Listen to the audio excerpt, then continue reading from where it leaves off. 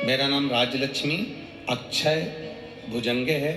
यहीं मैं पंढरपुर की रहने वाली हूँ। कहीं बैठी हैं तो हाथ हिला सकती हैं। मैं यहीं पंढरपुर की रहने वाली हूँ। कहीं हाथ हिलाएं अगर बैठी हों तो।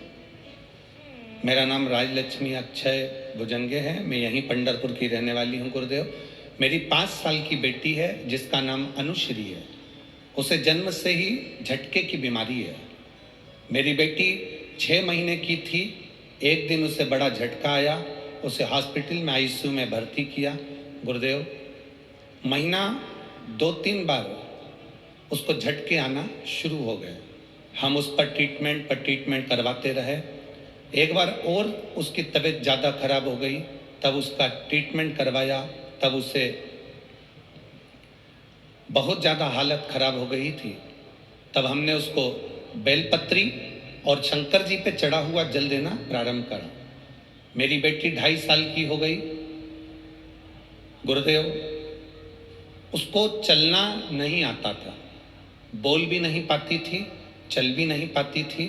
पर बाबा का मैं क्या गुणगान करूं गुरुदेव।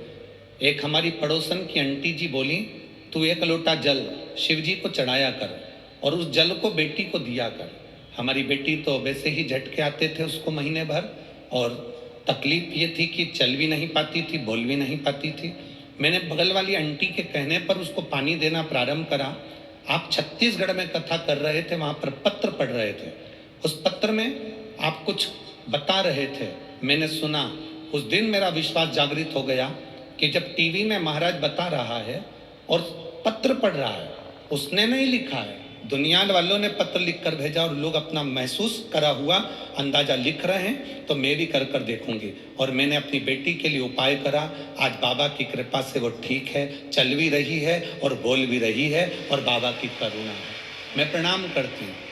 कहीं बैठी हो तो हाथ हिला सकती हैं। मेरा नाम राजलक्ष्मी अक्षय भुजंगे है। यही मैं पंढरपुर की रहने वाली हूँ। मेरी बेटी का फोटो भी लगा रही हूँ।